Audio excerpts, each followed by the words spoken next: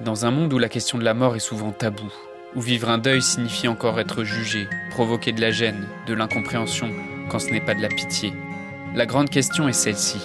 Comment des orphelins comme nous, qui avons vécu très tôt la mort d'un parent, qui ne voulons pas porter ce poids sur nos épaules toute notre vie, ni qu'il impacte nos relations actuelles, comment nous pouvons y donner un sens nouveau, construire des relations plus profondes, et surtout, comment nous reprenons le pouvoir sur nos vies.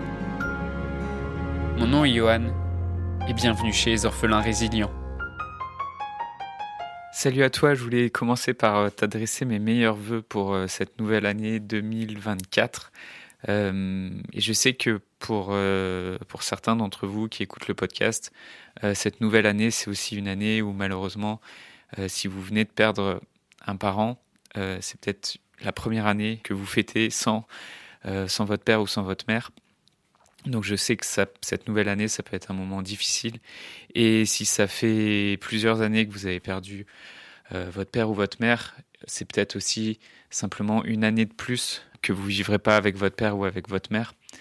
Je voulais parler aujourd'hui dans le podcast d'un sujet auquel je suis souvent confronté, que ça soit auprès des personnes qui rejoignent le groupe Orphelins Résilients, que ça soit auprès des personnes qui viennent, qui sont venues à la rencontre en ligne que j'ai organisée fin de l'année dernière. J'ai plusieurs personnes en fait qui m'ont écrit ou pour qui la difficulté c'était en fait de simplement venir parler de leur deuil, venir parler de leurs émotions.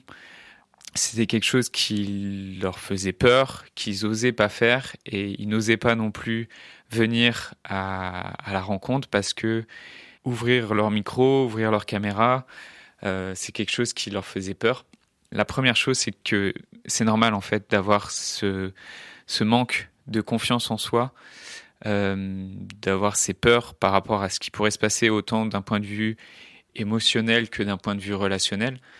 C'est normal parce que ce que tu as vécu, le décès d'un parent, c'est un événement qui est traumatisant, qui peut être traumatisant et qui peut entraîner du coup des difficultés du côté de la confiance en soi. Et c'est un peu comme, ça va être la saison du ski, c'est un peu comme si tu étais un champion de ski et que tu avais fait une chute et que tu t'étais blessé gravement, bah t'es blessé en fait.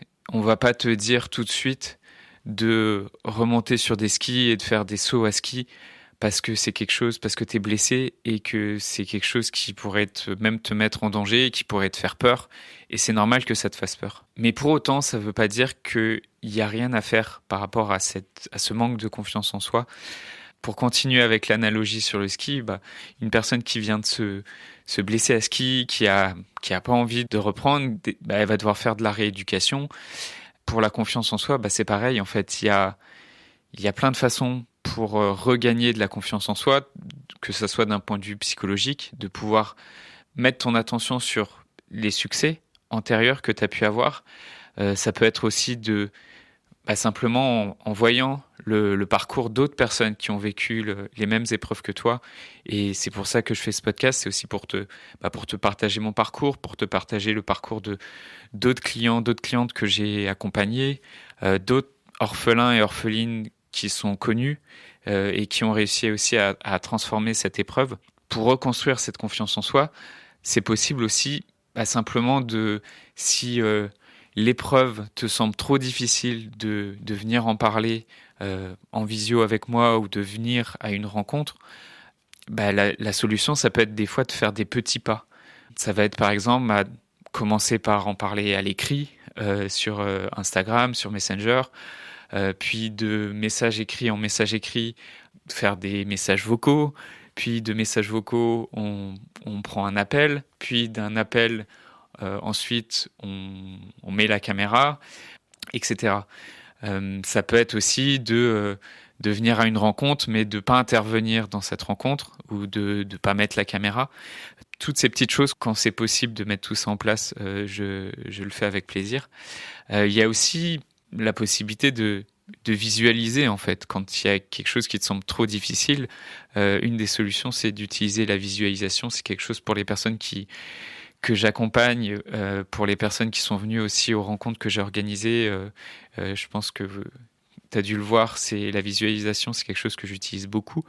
Donc visualiser, c'est simplement imaginer en fait cette épreuve, cette chose qui te semble difficile à faire, l'imaginer tout en mettant l'intention d'être réconforté, en fait, d'être confiant.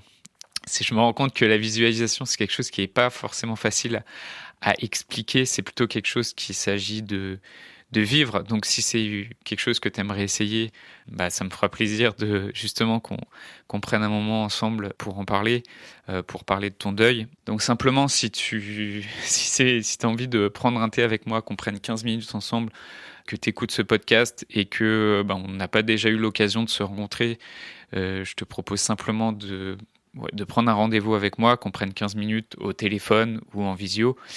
Pour réserver ce rendez-vous, le lien c'est orphelin.fr/rencontre.